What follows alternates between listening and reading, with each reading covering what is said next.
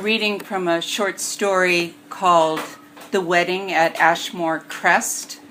It comes with an epigraph from a lyric by Loudon Wainwright III. Drinks before dinner and wine with dinner and after dinner drinks. Yeah. The phone is ringing in my apartment. It's an old-fashioned ring, something from a 1940s film noir. I'm outside in the hall, just home, but I have to baby the deadbolt to get it to turn. The lock has been jamming for months. Still, I prefer this inconvenience to getting the super involved.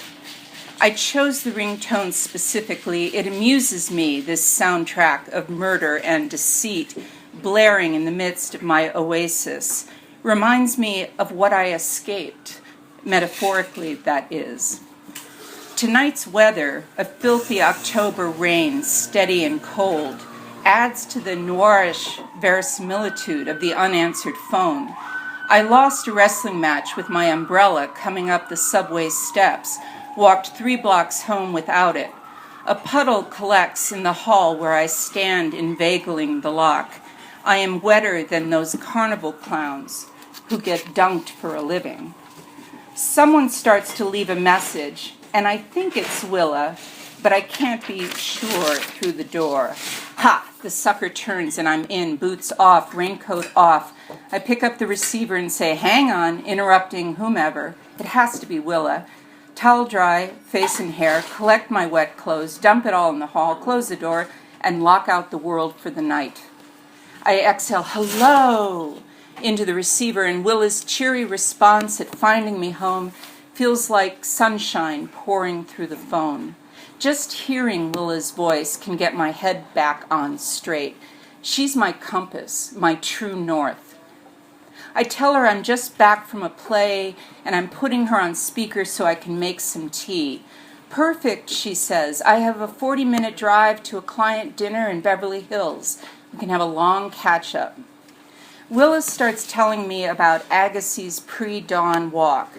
My wet socks leave footprints in crazy 8s pattern as I circle from cupboard to stovetop to desk, making tea.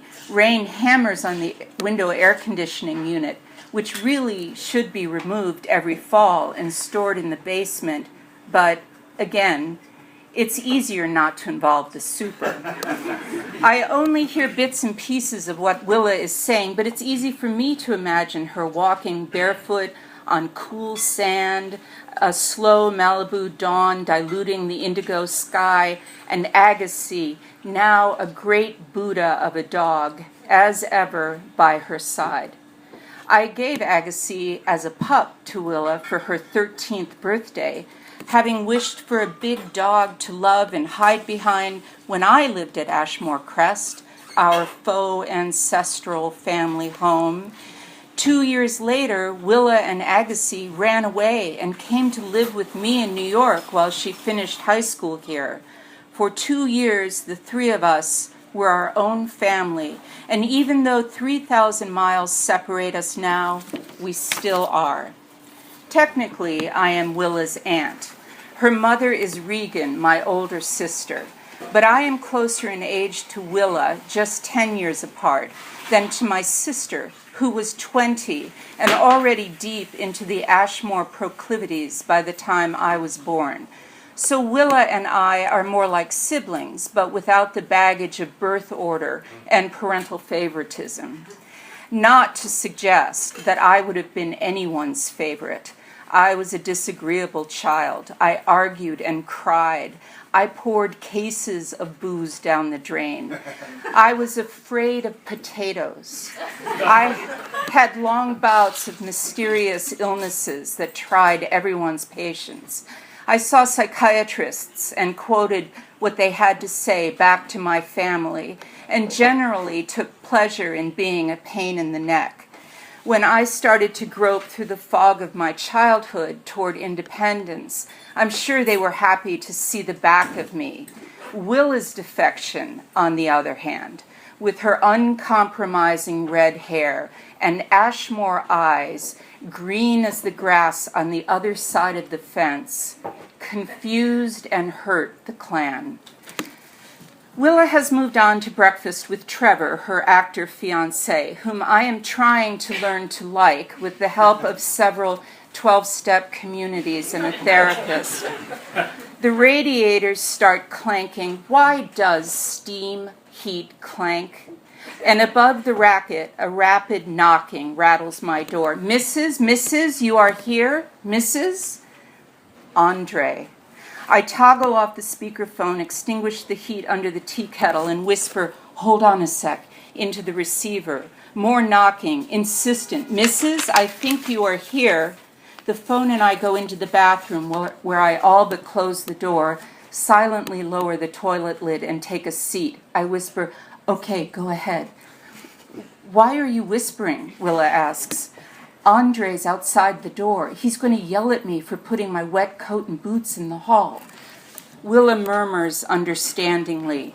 She's a comfort to me. "Go on. What did Trevor order?" "Trevor had the egg white wheat germ omelet at the Surf Shack." "Mrs., please." "Oh, for God's sakes." "You don't like the egg white wheat germ omelet at the Surf Shack?" "What?" "I love the egg white wheat germ omelet at the Surf Shack." "I hate the egg white wheat germ omelet at the Surf Shack." But Willa is very sensitive to anything that sounds like criticism of Trevor. "It's Andre. He won't go away. I don't know what to do." "Go ahead. Open the door. Take me with you. I'll tell you what to say." Of course, Willa would never be intimidated by a superintendent. Even as a little girl, she had an innate sense of what was fair and what was not. I remember multiple variations of the same scene. Regan, her mother, arbitrarily sending Willa to bed hours before her bedtime, while all the other Ashmores raved on. Uncle Pat already bare-chested and headed for the full Monty, and Willa standing her ground in footy pajamas that sagged at the knees, a stuffed Snoopy half her size tucked under her arm, her green eyes shining with disdain, until Regan said, "Dorothea, do something with this child," as she and her brandy snifter left to join the other adults. "Oh, forget about Andre. I'm just being ridiculous. Let's deal with Andre. Otherwise, you won't be able to focus. I need your advice on something," Willa said. "Okay." "Coming," I call from the bathroom, loud as if I just now hear him. Willa laughs above the heavy, vibratory thrum of her Mercedes as it hurtles down PCH. "What is it, Andre?" I call through the door. "Andre, what do you want?" "He's gone," I whisper into the phone. "Then you don't have to whisper anymore," Willa says. "You're right." I switch the kettle back on, put her back on speaker. "My other line, don't go away." Willa clicks off. I pour tea. At my desk, I type notes for the review of the play that drew me out on this filthy October night, although I vow not to let that influence my opinion. Several of my editors lately have mentioned that my prose is becoming too barbed. One said my style is tilting toward acid reflux. I'm a critic, for God's sakes. That's what I wanted to say, but I held my tongue, my digits, I should say. All the publications I write for, including this one, Metaphor and Interstices, are online. It's odd now that I think about it. I've never met a single person I work with. Sorry, I'm back. Client, I ask. Willa's clients have her on speed dial. They call her day and night. "No, it was, darn it, another call. Should I call you back?" No, take your time. I'll be right here." The play was awful. 2 parallel monologues spoken simultaneously. I felt like my ears were plugged into 2 different playlists. My frowning reflection stares back at me from my computer screen. This reminds me of a trick my former Adult Children of Alcoholics sponsor used to change her mood. I smile at myself, a big dimple-carving smile, and say aloud, in a happy voice. The play, as I was saying, which opened last night at the Lucille Lortel Theater, is only one act. Wow, Willa is back. Can you believe this? We finally got the Paul Klee hung in Evelyn's dressing room.